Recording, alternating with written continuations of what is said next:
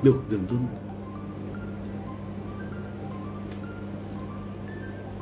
നമസ്കാരം. ഒരു സന്തോഷ വാർത്ത ആദ്യമേ അറിയിക്കാം.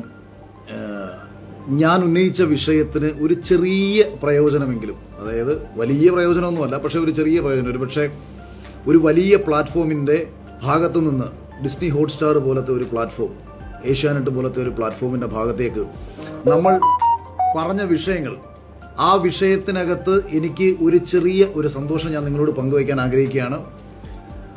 ഡിസ്നി ഹോട്ട്സ്റ്റാറിൻ്റെ തലപ്പത്ത് നിന്ന് തന്നെ ഇതിൻ്റെ കാര്യങ്ങൾ ചർച്ചയായിട്ടുണ്ട്.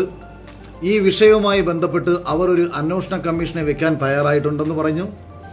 അതുകൊണ്ട് തന്നെ ഇന്റേണലായിട്ട് ഈ വിഷയത്തിന്, കാരണം ഇന്റേണലായിട്ട് തന്നെ അവർക്കറിയാം ഇത്തരം വിഷയങ്ങളിൽ ഇന്റേണലായിട്ട് കുറേ നെഗറ്റീവ്സുകൾ അവർക്ക് വന്നിട്ടുണ്ട്, പരാതികൾ അവർക്ക് വന്നിട്ടുണ്ട് എന്ന് അവർ പറയുകയും അതുമായി ബന്ധപ്പെട്ട് ഒരു അന്വേഷണം വെക്കാൻ തയ്യാറാവുകയും ഈ ആരോപണ വിധേയരായിട്ടുള്ള ആൾക്കാർക്കെതിരെ ഒരു അന്വേഷണം ചാനലിൻ്റെ ഭാഗത്തു നിന്ന് ഉണ്ടാകും എന്നൊരറിയിപ്പ് എനിക്ക് ലഭിച്ചിട്ടുണ്ട്. ഞാൻ നിങ്ങളോട് വളരെ സന്തോഷത്തോടു കൂടിയും അഭിമാനത്തോടെയും പങ്കുവെക്കുകയാണ്. കാരണം ഇത്തരം കോർപ്പറേറ്റ് സ്ഥാപനങ്ങൾക്കിടയിൽ പൊതുവെ ഒരു സാധാരണക്കാരൻ ഒരു വിഷയം ഉന്നയിച്ചാൽ അത് ഒരിക്കലും ഉണ്ടാവേണ്ടതല്ല. അതിനൊരു പ്രധാന കാരണമെന്ന് പറയുന്നത് പ്രിയപ്പെട്ട സുഹൃത്തുക്കളെ, നിങ്ങൾ എനിക്ക് നൽകിയ പിന്തുണയാണ്. ആ പിന്തുണയ്ക്കുള്ള സ്നേഹവും നന്ദിയും ഞാൻ ഈ വിഷയത്തിൽ അറിയിക്കുന്നു. ഇനി നമ്മൾ ഈ വിഷയത്തിൽ മുന്നോട്ട് പോകേണ്ട ഒരു സാഹചര്യത്തിൽ, അതായത് നാളത്തെ ദിവസം, അല്ലെങ്കിൽ നാളെയാണോ, ശനിയാഴ്ചത്തെ ദിവസത്തെ എപ്പിസോഡിൽ ഞാൻ അറിഞ്ഞൊരു കാര്യമാണ്, സിബിനെ നെഗറ്റീവാക്കി ചിത്രീകരിക്കാൻ വേണ്ടി ഒരു ശ്രമം ഇപ്പോൾ നടക്കുന്നുണ്ട്. അതായത് സിബിൻ പുറത്തു പോയത് കഴിഞ്ഞ സീസണിൽ ഹനാനൊക്കെ പോയതുപോലെ തന്നെ മാനസിക പ്രശ്നം കൊണ്ടാണെന്ന് വരുത്തി തീർക്കാൻ അവരുടെ ഭാഗത്തു നിന്നൊരു ശ്രമം നടക്കുന്നുണ്ട്. കാര്യം സിബിനെ അവർ വിളിച്ച് പ്രഷർ ചെയ്ത് ഏത് വിധേനയും ലാലേട്ടന്റെ മുന്നിൽ കൊണ്ടുവന്ന് ഇങ്ങനൊന്നും നടന്നിട്ടില്ല എന്ന് വരുത്തി തീർക്കാൻ ഒരു ശ്രമം നടന്നു. സിബിൻ അത് നിരസിച്ചു. അഭിമാനപൂർവ്വം തന്നെ അവൻ നിന്നു. അക്കാര്യത്തിൽ അവന്റെ അച്ഛന് ബൈപ്പാസ് സർജറിയുമായി ബന്ധപ്പെട്ടിട്ടുള്ള തിരക്ക് കാരണം പല വിഷയം അതായത് അവനൊരു കുടുംബസ്നേഹമുണ്ടല്ലോ, ഈ ഫാമിലിയോടുള്ള ഒരു സ്നേഹം കാരണം ഇങ്ങനൊരു സാഹചര്യത്തിൽ കൂടുതൽ വിഷയങ്ങൾ ഉണ്ടാക്കി അവന്റെ അച്ഛനെയും അമ്മയും ബുദ്ധിമുട്ടിക്കണ്ട എന്ന് പറഞ്ഞിട്ടാണ് സിബിൻ ഈ വിഷയവുമായി ബന്ധപ്പെട്ട് മുന്നോട്ട് വരാഞ്ഞത്. അപ്പോൾ ഈ ഒരു കാര്യം ഞാൻ സ്നേഹത്തോടെ, ഇതിനെല്ലാം പ്രേക്ഷകരുടെ ഒരു വലിയ പിന്തുണയാണ്. അതായത് ഈ നമ്മുടെ ഷോയുടെ പിന്നിൽ നിന്നുകൊണ്ട് ഷോയിലേക്ക് വരാൻ ആഗ്രഹിക്കുന്ന അർഹതപ്പെട്ട കുട്ടികളിൽ ചിലരെയെങ്കിലും ഇവരുടെ ചില ഇത്തരം സമീപനങ്ങൾ കാരണം അർഹതയുള്ള കുട്ടികൾക്ക് ഇത്തരം ഷോകളിലേക്ക് വരാൻ തടസ്സം നിൽക്കുന്ന ഒരു കാര്യം നമ്മൾ ചൂണ്ടിക്കാണിച്ചപ്പോൾ വലിയ സ്ത്രീപക്ഷവാദികളും വലിയ പുരോഗമനവാദികളും എന്ന് പറഞ്ഞു കപടത നടിച്ച് ബിഗ് ബോസിനുള്ളിൽ വന്നിരുന്ന് വലിയ ഡയലോഗ് അടിച്ച എല്ലാ എണ്ണവും സ്വയം ഭയം കാരണം, കാര്യം എൻ്റെ തലയിലാണോ ഈ പൂട കിടക്കുന്നത് എന്നുള്ള കോഴിയെ കട്ടവന്റെ ഭയം കാരണം വെപ്രാളം കാണിച്ച് പെരുമാറുന്ന അവസ്ഥയാണ് നിങ്ങൾ കണ്ടതും. രണ്ടാമത്തെ പ്രധാനപ്പെട്ട കാര്യം നിങ്ങൾ ആലോചിക്കണം, 2 പെൺകുട്ടികൾ വളരെ പരസ്യമായി സധൈര്യത്തോടു കൂടി വന്ന് തങ്ങൾക്ക് നേരിടേണ്ടി വന്ന അനുഭവങ്ങൾ പരസ്യമായി പറയാൻ കഴിഞ്ഞു എന്നതും അവരോടുള്ള സ്നേഹവും നന്ദിയും ഞാൻ ഈ ഒരു അവസരത്തിൽ അറിയിക്കുകയാണ്. അല്ലാതെ തന്നെ എന്നോടും എൻ്റെ സുഹൃത്തുക്കളോടും, എനിക്ക് വേണ്ടപ്പെട്ട എൻ്റെ സുഹൃത്തുക്കളോടും പേഴ്സണലി മെസ്സേജ് അയച്ചും ചേട്ടൻ പറഞ്ഞത് സത്യമാണ്, ഞാനും അനുഭവസ്ഥയാണ് എന്ന് പറഞ്ഞ് എൻ്റെ അടുത്തേക്ക് വരികയും എൻ്റെ സുഹൃത്തുക്കൾക്ക് മെസ്സേജ് അയച്ച് അഖിലേട്ടനോടൊരു നന്ദി പറയൂ എന്ന് പറഞ്ഞ് അയച്ച പ്രിയപ്പെട്ട സുഹൃത്തുക്കളെ, നിങ്ങൾക്കെല്ലാവർക്കും 1000 സ്നേഹം ഞാൻ ഈ ഒരു അവസരത്തിൽ അറിയിക്കുകയാണ്. നാളെയിൽ നമുക്കിതിനെതിരെ ഒരു അന്വേഷണം നടക്കുന്ന സാഹചര്യത്തിൽ ചാനലിനുള്ളിൽ ഈ ആരോപണം നേരിടേണ്ടി വരുന്ന ആൾക്കാർക്കെതിരെ ഒരു വിഷയം വരികയും അവർ ഇങ്ങനെ നമ്മൾ അവിടെ ചെന്നത് പറയണമെന്ന് പറഞ്ഞാൽ സധൈര്യം നിങ്ങൾ പോയി പറയണമെന്നും ഞാൻ ഈ ഒരു അവസരത്തിൽ പറയുന്നു. ഈ വിഷയം നിങ്ങൾ ആലോചിക്കണം. ഞാൻ ഈ ഒരു വിഷയം പറയുന്ന സമയത്ത് ഇത് സ്ത്രീകൾക്കെതിരെ എന്ന് വരുത്തി തീർത്തുകൊണ്ട്, അതായത് കഴിഞ്ഞ സീസണിൽ നടന്ന സമയത്ത് നടന്ന ഒരു വിഷയത്തെ കേരളത്തിൽ കിടക്കുന്ന പെൺകുട്ടികൾക്കെതിരെ മൊത്തമാണെന്ന് വരുത്തി തീർക്കാൻ ശ്രമിച്ചതുപോലെ ബിഗ് ബോസിലെ മറ്റ് മത്സരാർത്ഥികൾക്കെതിരെയാണ് വരുത്തി തീർക്കാൻ ശ്രമിച്ച എന്റെ വിജയത്തെ ഇതുവരെയും അംഗീകരിക്കാൻ കഴിയാത്ത കുറച്ച് കഴുതകൾ എൻ്റെ ഒപ്പം ഉണ്ടായി പോയി എന്നുള്ളത് എനിക്ക് വളരെ വിഷമമുണ്ടാക്കുന്ന ഒരു കാര്യമാണ്. ഈ പെൺകുട്ടികളുടെ വിഷയങ്ങൾ ഒരു സ്റ്റോറി പോലും ഇടാത്ത ഇവർ എനിക്കെതിരെയുള്ള വിഷയങ്ങൾ സ്റ്റോറി ഇടാൻ കാണിച്ചതിലുള്ള താല്പര്യം എന്താണെന്ന് നിങ്ങൾ ഓരോരുത്തരും മനസ്സിലാക്കണം. ഇനി ഈ റിനോഷ് എന്ന് പറയുന്ന ഒരുത്തൻ, അവൻ എങ്ങനെ പുറത്തായെന്ന് അവൻ ഇതുവരെയും മനസ്സിലായിട്ടില്ല. അവൻ എന്താണ് അവിടെ കാണിച്ചതെന്ന് അവൻ ഇതുവരെയും പിടികിട്ടിയിട്ടില്ല. അവന്റെ കൊള്ളാവുന്ന ഒരു കണ്ടന്റ് ചോദിച്ചു കഴിഞ്ഞാൽ വളിയെന്ന് പറഞ്ഞവൻ ലാലേട്ടനോട് പറഞ്ഞ് ലാലേട്ടൻ ചിരിച്ചതല്ലാതെ ആ വളിയന് ഒരു കണ്ടന്റ് പോലും ഇല്ല എന്നത് അവന് തന്നെ തിരിച്ചറിയണം. ബിഗ് ബോസിനകത്ത് വെച്ചിട്ട് അവൻ പോയ സമയത്ത് അവൻ നല്ല മത്സരാർത്ഥി എന്ന് പറഞ്ഞത് 100% റിനോഷേ ശരിയാ, നിനക്കൊരു മാനസിക വിഷമം ഉണ്ടാവട്ടെ എന്ന് വിചാരിച്ചിട്ടാ, ഉണ്ടാവില്ലേ എന്ന് വിചാരിച്ചിട്ടാ. നീ അങ്ങനെ വിചാരിച്ചോട്ടെ. നിന്നെ ആ ഹൗസിനകത്ത് 1% പോലും ഞാൻ അംഗീകരിച്ചിട്ടില്ല. ഒരു മത്സരാർത്ഥി എന്ന നിലയിൽ ഒരു സ്ഥലത്ത് അംഗീകരിച്ചിട്ടില്ല. നിന്നെ അടിച്ചാക്ഷേപിച്ച് തന്നെ ഞാൻ ജുനൈസിനോട് പോയി 100 പ്രാവശ്യം ഞാൻ ചോദിച്ചിട്ടുണ്ട്. ഏതോ ഒരു എപ്പിസോഡ്, റാങ്കിങ്ങിന്റെ ഒരു എപ്പിസോഡിൽ നിന്നെ പിടിച്ച് അവൻ 1ാം സ്ഥാനത്ത് നിർത്തി. ഞാൻ അന്നേരം ചോദിക്കുന്നുണ്ട്, ഇതൊക്കെ എപ്പിസോഡുകളിൽ കിടപ്പുണ്ട്, പോയി അങ്ങോട്ട് കാണ്. അതിനകത്ത് വെച്ച് തന്നെ അടിച്ചാക്ഷേപിച്ച് നിന്നെ അവിടെ അടുത്ത് തട്ടിക്കളഞ്ഞ എനിക്ക് നീ ആരാ? പക്ഷേ എന്റെ പ്രധാനപ്പെട്ട ചോദ്യം നിങ്ങൾ മനസ്സിലാക്കണം, പ്രേക്ഷകനായ ഓരോരുത്തരും മനസ്സിലാക്കണം. യവന്റെ വാലെ കെട്ടി ഏതെങ്കിലും കഴുതകൾ ഇവന്റെ കൂടെ നടക്കുന്നുണ്ടെങ്കിൽ ആ കഴുതകൾക്കും അറിയാൻ വേണ്ടിയിട്ട് ഞാൻ പറയുകയാണ്, ഞാൻ എവനെതിരെ എന്തെങ്കിലും പറഞ്ഞോ? നിങ്ങളുടെ കോമൺ സെൻസ് ഉള്ള ഒരുത്തനാണെന്നുണ്ടെങ്കിൽ, കോമൺ സെൻസ് ഉള്ള ഒരാളാണെന്നുണ്ടെങ്കിൽ നിങ്ങളൊന്ന് ചിന്തിക്കുക.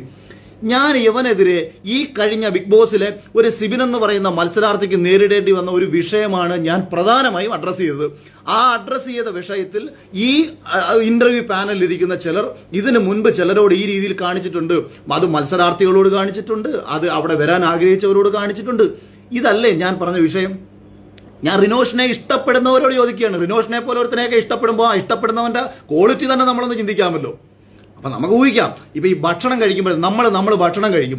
പന്നികൾക്ക് ഇഷ്ടം മലമാണ്, ശ്രദ്ധിച്ചിട്ടില്ലേ നിങ്ങൾ? പന്നികൾക്ക് ഭയങ്കര ഇഷ്ടമാണ് മല, നമ്മുടെ അടുത്ത് കളയുന്നൊരു സാധനമാണ്. അപ്പം പന്നികളെ കുറ്റം പറയാൻ പറ്റൂ? അങ്ങനെ ഓരോരുത്തർക്കും ഓരോരോ ഇഷ്ടങ്ങളുണ്ട്.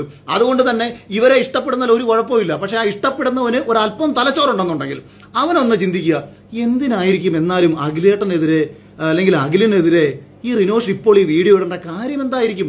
ഒരല്പം കോമൺ സെൻസിൽ ഒന്ന് ചിന്തിക്കുക, എന്തായിരിക്കും? നിങ്ങളൊന്ന് ചിന്തിക്കുക. അപ്പൊ ഞാൻ റിനോഷിനെ ഒരു സ്ഥലത്ത് മോശക്കാരനാക്കി പറഞ്ഞിട്ടില്ല. ഒരാളെയും ഞാൻ എന്റെ ബിഗ് ബോസ് ഹൗസിലുള്ള ഒരാളെയും ഞാൻ മോശക്കാരാക്കി സംസാരിച്ചിട്ടില്ല. അപ്പൊ നമ്മൾക്കെതിരെ ഇങ്ങനൊരു വീഡിയോ ഒരുവൻ ഇടണമെങ്കിൽ അവനെ ആ ഇടാൻ പ്രേരിപ്പിച്ച ഘടകം എന്താണെന്ന് ചിന്തിക്കാനുള്ള സാമാന്യ ബോധം നിങ്ങൾക്കുണ്ടാവണ്ടേ? അതിനൊരൊറ്റ ഘടകമേ ഉള്ളൂ, ഒളിച്ചും പാത്തും ഇവർക്കിടയിൽ നടക്കുന്ന ഡിസ്കഷൻ. ആരൊക്കെയാണോ ഈ വിഷയത്തിൽ പൊള്ളി, ആരൊക്കെയാണോ ഇവന് പോയി സപ്പോർട്ട് ചെയ്തേക്കുന്ന ബിഗ് ബോസിലെ 2 മത്സരാർത്ഥികളില്ലേ, ആ മത്സരാർത്ഥികളിൽ ഇന്ന് എന്നെ കുറച്ചു മുമ്പ് വിഷ്ണു വിളിച്ചിട്ടുണ്ടായിരുന്നു. വിഷ്ണു വിളിച്ച സമയത്ത് വിഷ്ണു പറഞ്ഞത്, ഞാൻ എന്തോ സപ്പോർട്ട് ചെയ്ത് ഒരു സ്റ്റോറി ഇട്ടപ്പോഴത്തേക്ക് എന്നെ തിരുവനന്തപുരത്ത് നിന്ന് ഒരാൾ വിളിച്ചിട്ട് വിഷ്ണുവിനെ തെരുവിളിക്കുക, എന്നെ എന്തിനാ സപ്പോർട്ട് ചെയ്തെന്ന് ചോദിച്ചിട്ട്. നമ്മുടെ സെറീന എനിക്ക് കമന്റ് ഇട്ടെന്ന് പറഞ്ഞ് സെറീനെ വിളിച്ച് തെരുവിളിക്കുക. എന്നിട്ട് സെറീനയുടെ പേജിന്റെ അടിയിൽ കുറെ ആൾക്കാരെ കൊണ്ട് അവളെ തെരുവിളിക്കുക. അല്ലെങ്കിൽ ഇങ്ങനെ ഓരോ സ്ത്രീകളുടെ പേജിന്റെ അടിയിൽ പോയിട്ട് അവരെ തെരുവിളിപ്പിക്കുക. അപ്പൊ ഇത് മനഃപൂർവ്വം ചെയ്തിട്ട്, കാരണം എന്താ പറയുക, കട്ട് തിന്നിട്ടുള്ളവൻ കുടുങ്ങുമെന്നുള്ളൊരു ഭയമുണ്ട്. ഞാൻ റിനോഷിനല്ല കേട്ടോ, അക്കാര്യത്തിൽ ഞാൻ റിനോഷിനെ ഒന്നുമല്ല പറഞ്ഞത്. അത് ഭയമുള്ള ആൾക്കാരുണ്ട്, ആ ആൾക്കാരാണ് ഇതിന്റെ പിന്നിൽ. പിന്നെ ഇവൻ ഇത് പറയേണ്ട ഒരു കാര്യമില്ലാത്തൊരു സാഹചര്യത്തിലാണ് ഇവൻ എനിക്കെതിരെ പൊക്കി പിടിച്ചുകൊണ്ട് വീഡിയോ കൊണ്ടുവരുന്നത്. അതുകൊണ്ട് മാത്രമാണ് ഇവനെ പോലുള്ള ഒരുത്തിനും മറുപടി കൊടുക്കേണ്ട ഒരു സാഹചര്യം ഉണ്ടായത്. പിന്നെ ഞാൻ വിചാരിച്ചു ഇവനെയൊക്കെ ജനം മറന്നു. എൻ്റെ അടുത്ത് പലരും പറഞ്ഞു, അളിയാ വീഡിയോ ഇട്ട് 10 റീച്ച് കിട്ടുന്നെങ്കിൽ കിട്ടിക്കോട്ടെ, അവൻ ജീവിച്ചിരിപ്പുണ്ടെന്നെങ്കിലും 10 പേർ അറിയട്ടെ, അല്ലെങ്കിൽ എന്തു കാര്യം, എന്തെങ്കിലും വർക്കുണ്ടോ, എന്തെങ്കിലും കാര്യങ്ങളുണ്ടോ, ഒരു മണ്ണാങ്കട്ടയും ഇല്ലാതെ വെറുതെ കുത്തിയിരിക്കുന്ന ഒരുത്തനെ അളിയനെതിരെ പറഞ്ഞിട്ട് അവൻ കഴിഞ്ഞ സീസണിൽ ഉണ്ടായിരുന്നെങ്കിലും 10 പേർ അറിയുന്നെങ്കിൽ അറിഞ്ഞോട്ടെ എന്ന് ഞാനും വിചാരിച്ചു. ഞാൻ ഇന്ന് രാവിലെ ജുനൈസിനോട് സംസാരിച്ചു. ഞാൻ ജുനൈസിനോട് പറഞ്ഞു, ജുനൈസെ, കഴിഞ്ഞ സീസണിൽ നിന്നെ ശിഖണ്ഡിയാക്കി വെച്ച് ഈ റിനോഷ് അവിടെ നിന്ന് കളിക്കുമായിരുന്നു. കാരണം ഈ റിനോഷിനോട് എന്നോട് മുഖത്ത് നോക്കി വന്ന് സംസാരിക്കാൻ പേടിയാ. അവൻ എന്നോടൊരു കാര്യങ്ങൾ മുഖത്ത് നോക്കി വന്ന് സംസാരിക്കത്തില്ല. പകരം എന്ത് ചെയ്യും, ഈ ജുനൈസിനെ എരികേറ്റി വിടും. ജുനൈസ് എരികേറി വന്നിട്ട് നേരെ വരും എൻ്റെ അടുത്തേക്ക്. എന്നിട്ട് ഈ ജുനൈസ് ഈ റിനോഷിന് പറയാനുള്ള കാര്യങ്ങൾ മൊത്തം എനിക്കെതിരെ പറയും. അങ്ങനെ ഞാനൊരിക്കൽ ജുനൈസിനോട് ചോദിച്ചു, നീ എന്തിനാടാ വല്ലവരെയും മുന്നിൽ പോയി ശിഖണ്ഡിയാവുന്നത്, നിന്നെ മുൻനിർത്തിയാണ് ഇവർ കളിക്കുന്നത് എന്ന് പറഞ്ഞു. അതിനുശേഷം ഇപ്പം നടന്നുകൊണ്ടിരിക്കുന്ന പണി എന്ന് പറഞ്ഞാൽ റിനോഷിനെ ശിഖണ്ഡിയാക്കിയിട്ട് ഇതിന്റെ പിന്നിൽ നിന്ന് മറ്റു ചിലർ കളിക്കുക. റിനോഷെ, നീ എന്തിനാടാ ശിഖണ്ഡിയാവാൻ പോകുന്നത്? ഞാൻ നിന്നോട് പറഞ്ഞോ, ഞാൻ നിന്നെ നീ നിന്റെ തലച്ചോറുണ്ടെന്നുണ്ടെങ്കിൽ നീ വീണ്ടും ഒന്ന് ചിന്തിക്കുക. നീ എന്തിനാണ് ഇതിന് ഈ പണിക്ക് വന്നത്? നീ ആരെ ന്യായീകരിക്കാനാണ് ഈ പണിക്ക് വന്നത്? നീ അടിസ്ഥാനപരമായിട്ട് നീ ഇവിടെ പെൺകുട്ടികൾ 2 പേര് ഇത്രയും ഗൗരവകരമായ ഒരു വിഷയം ഉന്നയിച്ചു, നീ അവരെ സപ്പോർട്ട് ചെയ്തൊരു സ്റ്റോറി ഇട്ടോ? നീ ഒന്ന് സ്വയം ചിന്തിക്ക്. നീ ഈ പ്രേക്ഷകരെ മൊത്തം കോമാളിയാക്കി, ഈ ബിഗ് ബോസിന്റെ പ്രേക്ഷകരെ മൊത്തം നീ കോമാളിയാക്കി മാറ്റിയതല്ലേ? ഇത്രയും ഗൗരവകരമായ വിഷയം പ്രേക്ഷകർ ഉന്നയിച്ച വിഷയമല്ലേ? ഞാനാണോ ഈ വിഷയം ഉന്നയിച്ചത്? കഴിഞ്ഞ കുറച്ച് നാളുകളായിട്ട് പ്രേക്ഷകർക്കിടയിൽ ഉരുണ്ടു കയറിയ വലിയൊരു അമർഷം, അത് ഞാനൊന്ന് അഡ്രസ്സ് ചെയ്ത് സംസാരിക്കുകയല്ലേ ചെയ്തത്. അപ്പൊ ഇങ്ങനൊരു വീഡിയോ ആണോ നീ ഇടേണ്ടത്? നിനക്കൊരു അല്പം ബോധമുള്ള ഒരുത്തനായിരുന്നാണ് ഞാൻ വിചാരിച്ചത്. അപ്പൊ നീ ചെയ്തത് എന്താ? നീ എനിക്കെതിരെ വന്ന് നിന്ന് സംസാരിച്ച് നിനക്ക് കുറച്ച് ശ്രദ്ധ കിട്ടുന്നെങ്കിൽ കിട്ടിക്കോട്ടെന്ന് വിചാരിച്ചു. അപ്പൊ ആ ഊളത്തരത്തിന് ഇനി പോകരുത്. ഇനി 2, ഞാൻ ഹൗസിൽ നിന്ന് പുറത്തു പോയി, ഞാൻ പോകുന്നത് നിന്റെ അടുത്ത് നിനക്കറിയാവുന്ന കാര്യമാണ്, എന്നാലും പറയാം. 11 കിലോ ഭാരം കുറഞ്ഞ ഞാൻ, പനി പിടിച്ച് കിടന്നിട്ട് പോലും എന്നെ ഹോസ്പിറ്റലിൽ വിടാത്തവർ, എനിക്ക് ക്യാൻസർ ആണോ മറ്റോ ഉണ്ട് എന്ന്, അല്ലെങ്കിൽ അത്രയും ബ്ലീഡിംഗ് ഉള്ള ഒരു സാഹചര്യത്തിൽ, എനിക്ക് അത്രയും സാഹചര്യത്തിൽ അവരെന്നെ കൊണ്ടുപോകുന്നു. 24 മണിക്കൂർ പോലും ഞാൻ ബിഗ് ബോസ് ഹൗസ് വിട്ട് മാറി നിന്നിട്ടുമില്ല. ഒരു ദിവസം ഉച്ചയ്ക്ക് ശേഷം എന്നെ കൊണ്ടുപോകുന്നു, പിറ്റേ ദിവസം 11-11:30 ആയപ്പോഴത്തേക്ക് എന്നെ തിരിച്ചു കൊണ്ടുവരുന്നു. ഇതാണ് ഞാൻ ഹൗസിൽ നിന്ന് മാറി നിന്നത്. ഞാൻ പുറത്തു പോയ സമയത്ത് എൻ്റെ കൂടെ വന്ന ആളെ പറഞ്ഞു വിട്ടെന്ന് നിനക്ക് തെളിയിക്കാൻ പറ്റുമോ? ആ ഒരു കാരണം പറഞ്ഞിട്ടാണെന്ന് തെളിയിച്ചു കഴിഞ്ഞാൽ നീ പറയുന്നത് ഞാൻ ചെയ്തു തരാം. അങ്ങനെ ഒരു സംഭവമില്ല എന്ന് മാത്രവുമല്ല, കഴിഞ്ഞ സീസണിൽ ഒരാളെ ലൈംഗിക ആരോപണത്തിന്റെ പേരിൽ അവിടെ നിന്ന് പുറത്താക്കിയിട്ടുണ്ട്. കഴിഞ്ഞ സീസണിൽ ഒരാളെ ലൈംഗിക ആരോപണത്തിന്റെ പേരിൽ അവിടെ നിന്ന് പുറത്താക്കിയിട്ടുണ്ട്. ആ വ്യക്തിയുമായിട്ട് ബന്ധമുള്ള മറ്റു ചിലരെയും അവർ ആ സമയത്ത് ഷോയിൽ നിന്ന് മാറ്റി നിർത്തിയിട്ടുണ്ട്. അത് ആ ചെറുപ്പക്കാർ അവരാരും തന്നെ യാതൊരു തെറ്റോ ചെയ്തിട്ടോ ഒന്നുമല്ല. ലൈംഗിക ആരോപണത്തിന്റെ പേരിൽ ഒരാളെ പറഞ്ഞു വിട്ടപ്പോൾ ആ പറഞ്ഞു വിട്ട ആളുമായി ബന്ധപ്പെട്ട് അല്ലെങ്കിൽ അവരിലൂടെ അവിടെ ജോലിക്ക് വന്നേക്കുന്ന ചില ആൾക്കാരെ ആ സമയത്ത് മാറ്റി നിർത്തിയിട്ടുണ്ട്. അതുകൊണ്ട് നീ വെറുതെ ഈ ജുനൈസും മറ്റുള്ളവരും പറയുന്ന കേട്ട് വിവരക്കേട് പറയല്ലേ. ഞാൻ ആരോപണം ഉന്നയിച്ച വ്യക്തിയും ജുനൈസും തമ്മിൽ ഒരു ഫ്ലാറ്റ് അപ്പാർട്ട്മെന്റിൽ ബിഗ് ബോസിൽ വരുന്നതിന് മുന്നേ താമസിക്കുന്ന ആളാണോ? നീ പറ, ആണോ അല്ലയോ? ആണോ? ആണ്. ഞാൻ ആർക്കെതിരെയാണോ ആരോപണം ഉന്നയിച്ചത് അയാളും ജുനൈസും ഒരു ഫ്ലാറ്റ് അപ്പാർട്ട്മെന്റിൽ താമസിക്കുന്ന ആളായിരുന്നു. അവർ തമ്മിൽ നല്ല ആത്മബന്ധം ഉണ്ടായിരുന്നു. ബിഗ് ബോസ് ഹൗസ് കഴിഞ്ഞതിന് ശേഷം നീയും ജുനൈസും തമ്മിൽ ഒരുമിച്ച് ആണ് എന്നുള്ള കാര്യം ആർക്കാണ് അറിഞ്ഞുകൂടാത്തത്? അപ്പൊ ജുനൈസിന് പറയാൻ പറ്റത്തില്ല. കാര്യം ജുനൈസിന് പറഞ്ഞു കഴിഞ്ഞാൽ ജുനൈസും അയാളും തമ്മിലുള്ള ഡയറക്റ്റ് ബന്ധം ഞാൻ വിളിച്ചു പറയും. അയാളും ജുനൈസും തമ്മിലുള്ള ഡയറക്റ്റ് ബന്ധം ഞാൻ പറയാതിരിക്കാൻ വേണ്ടിയിട്ട് ജുനൈസിൽ നിന്ന് കിട്ടിയ ഇൻഫർമേഷൻ വെച്ചിട്ട് നീ വെച്ച് കത്തിക്കുക. നീ സ്വയം കത്തി തീരും. അതാണ് നിനക്ക് സംഭവിക്കാൻ പോകുന്നത്. മെഴുകുതിരി ആവി മാറരുത്. മെഴുകുതിരിയായിട്ട് മാറിക്കൊണ്ടിരിക്കുന്ന പരിപാടി ചെയ്യാൻ നിൽക്കരുത്. അതുകൊണ്ട് പിന്നെ കഴിഞ്ഞ സീസണിൽ പിന്നെ നീ മറ്റൊരു കാര്യം പറഞ്ഞു. എന്നെയും ജുനൈസിനെയും കൂടെ ഓഡിഷനിലേക്കല്ല മറ്റേ ബിഗ് ബോസ് ഹൗസിനകത്ത് കൺഫെഷൻ റൂമിൽ വിളിച്ചുകൊണ്ട് പോയ സമയത്ത് ഞങ്ങളെ അവിടെ നിർത്താൻ വേണ്ടി ശ്രമിച്ചു. ജുനൈസിനെ എന്നെയും അതിനകത്ത് ഫേവർ ചെയ്തു. ഒരു നല്ല മത്സരാർത്ഥി എന്ന നിലയിൽ ഞാൻ അവിടെ നിൽക്കാൻ അവർ ആഗ്രഹിക്കുന്നതും കാശ് കൊടുത്തോ ശരീരം കൊടുത്തോ ഒരു മത്സരാർത്ഥിക്ക് പിന്തുണ കൊടുക്കുന്നതും ഒരുപോലാണോടാ മണ്ടൻ കൊണാപ്പ? ഒരാൾക്കെതിരെ എപ്പോഴാണ് സംശയം തോന്നുന്നത്? പ്രേക്ഷകർ ഒരു ഷോ കണ്ടുകൊണ്ടിരിക്കുന്നു. ആ ഷോയിലെ ഏതെങ്കിലും ഒരു മത്സരാർത്ഥി ഇയാൾ എന്തിനാണ് ഇതിനകത്ത് തുടരുന്നത്? ഒരു പിടിയും പ്രേക്ഷകർക്ക് കിട്ടുന്നില്ല. പ്രേക്ഷകരെ അവർ എന്റർടൈൻമെന്റ് ചെയ്യിക്കുന്നില്ല. പ്രേക്ഷകർക്ക് തന്നെ സംശയം തോന്നുകയാണ് ഇവരുടെ പ്രവൃത്തിയിൽ എന്ത് അടിസ്ഥാനത്തിലാണ് ഇവരിവിടെ തുടരുന്നത് എന്ന് പ്രേക്ഷകർക്ക് സംശയം തോന്നുമ്പോഴാണ് ഞാൻ ഈ പറഞ്ഞ ആരോപണത്തിന് ബലം വരുന്നത്. അല്ലാതെ പ്രേക്ഷകർ 30 ദിവസം കഴിഞ്ഞപ്പോൾ തന്നെ ഏറ്റവും കൂടുതൽ വോട്ട് കൊടുക്കുകയും 50 ദിവസം മുതൽ തന്നെ കേരളത്തിൽ അഖിൽമാരാർ വിജയിക്കുമെന്ന് ക്യാമ്പയിൻ നടക്കുകയും സകല പോളുകളിലും 70 മുതൽ 80% വരെ വോട്ടുകൾ കിട്ടുകയും ചെയ്ത ഞാൻ പുറത്തു പോയാൽ എനിക്ക് പുറത്ത് സപ്പോർട്ടുണ്ടെന്ന് അറിഞ്ഞെന്ന് വെച്ചോ. ഞാനെല്ലാം അങ്ങ് അറിഞ്ഞെന്ന് നീ പറയുന്നത് പോലെ ആണ് സത്യമെങ്കിൽ പോലും തൊട്ടടുത്ത വീക്കിൽ വന്ന് ഏറ്റവും വലിയ ഗുരുതര ആരോപണം നേരിടുന്ന ഒരു പ്രശ്നമല്ലേ അവിടെ ഉണ്ടായത്? അതായത് മുണ്ടുപൊക്കി എന്ന് പറഞ്ഞൊരു പ്രശ്നമല്ലേ ഉണ്ടായത്? അതിന് ആ കോടതി ടാസ്കിൽ നിന്നെ എങ്ങാനും ആരെങ്കിലും കണ്ടോ? കോടതി ടാസ്കിൽ ഞാൻ ഒറ്റയ്ക്ക് നിന്ന് പെർഫോം ചെയ്തത് ബിഗ് ബോസിലെ എൻ്റയർ സീസണിലെ ഏറ്റവും മികച്ച എപ്പിസോഡാണെന്ന് ഞാനല്ലല്ലോ, പ്രേക്ഷകരല്ലേ പറഞ്ഞത്. ഞാൻ എൻ്റെതായ രീതിയിലല്ലല്ലോ പറഞ്ഞത്. പ്രേക്ഷകരുടെ അഭിപ്രായമേ ഞാൻ ഇവിടെ പറയുന്നുള്ളൂ. ആ ടാസ്കിൽ ഞാൻ നന്നായി പെർഫോം ചെയ്തു എന്നുള്ളത് കൊണ്ടാണ് ആ എപ്പിസോഡിൽ അവർക്ക് എന്നെ ഇഷ്ടപ്പെട്ടത്. ഞാൻ ആ എപ്പിസോഡിൽ പഴം വിഴുങ്ങി നിന്നെ പോലെ ഇരുന്നിരുന്നുണ്ടെങ്കിൽ ഇവർക്ക് എന്നെ ഇഷ്ടപ്പെടത്തില്ല. അത് കഴിഞ്ഞ് 70 ദിവസം അതിന് തൊട്ടു മുൻപാണ് ശോഭയ്ക്കെതിരെ ഞാൻ ഗുരുതര ആരോപണം ഉന്നയിച്ചെന്ന് പറഞ്ഞ് പുറത്തെനിക്കെതിരെ വനിതാ കമ്മീഷൻ കേസെടുത്തിട്ടുണ്ട് എന്ന് പോലും പറഞ്ഞുകൊണ്ട് എനിക്കെതിരെ ബിഗ് കൺഫെഷൻ റൂമിലേക്ക് ഒരു കാര്യം പറയുന്നത്. അപ്പോഴും ഞാൻ ഇറങ്ങിപ്പോണമെന്ന് തന്നെയല്ലേ ഞാനും പറഞ്ഞത്. ഞാൻ പിടിച്ചു നിൽക്കണമെന്ന് പറഞ്ഞു. ഞാൻ പോയി ഷിജിച്ചേട്ടനോട് പറയുന്നുണ്ട്, ഷിജിച്ചേട്ടാ ഈ ഒരു വിഷയത്തിൽ അവരെന്നെ ചിലപ്പോൾ പുറത്താക്കാൻ സാധ്യതയുണ്ട്, ഞാൻ ഇറങ്ങിപ്പോവാൻ ഞാൻ ആഗ്രഹിക്കുന്നു എന്ന് തന്നെയാണ് ഞാൻ ഷിജിച്ചോണ്ട്. എന്നിട്ട് ഷിജിച്ചോനെ പറയുന്നുണ്ട്, നിങ്ങൾക്ക് കപ്പടിപ്പിച്ച് തരാം, ഞാൻ കപ്പടിപ്പിച്ച് തരാം എന്നൊക്കെ ഞാൻ പറഞ്ഞിട്ടാണ് അകത്ത് ഞാൻ നിൽക്കുന്നത്. ഇനി അതിനുശേഷം വരുന്ന ടാസ്ക് നമുക്ക് എടുക്കാം. ടിക്കറ്റ് ടു ഫിനാലെ ടാസ്കിൽ തന്നെ ഒരുവിധം സ്പോർട്സ്മാൻ സ്പിരിറ്റുള്ള ഒരുത്തൻ കളിക്കുന്ന ടാസ്കുകളും അതിനകത്തില്ലായിരുന്നു എന്ന് കണ്ട എല്ലാ പ്രേക്ഷകർക്കും അറിയാം. കുതിരപ്പുറത്തിരുന്ന് ഉന്താനും കാറിൽ കയറി കുത്തിയിരിക്കാനും വടം പിടിച്ചോണ്ടിരിക്കാനും 5ാം ക്ലാസ്സിലെ കുട്ടിക്ക് പറ്റും. അതാണോടാ പ്രേക്ഷകർ കാണാൻ ആഗ്രഹിച്ചിരിക്കുന്ന ഒരു ടാസ്ക്? ഞാൻ ആ ടാസ്ക് കളിക്കുന്നില്ലെന്ന് ആദ്യമേ തീരുമാനമെടുത്തതാ. അഭിമാനത്തോടെ പൂർവ്വം ഞാനൊരു ടാസ്ക് കളിച്ചു. കോയിൻ്റെ അടിയിൽ പോയി മുങ്ങി തപ്പി എടുത്തിട്ട് വരുന്നൊരു ടാസ്ക്. 27 സെക്കൻഡ് കൊണ്ട് ഞാൻ വിജയിച്ചു വന്നത് പ്രേക്ഷകർക്ക് ഇഷ്ടപ്പെട്ടോ ഇഷ്ടപ്പെടാതിരിക്കുവോ?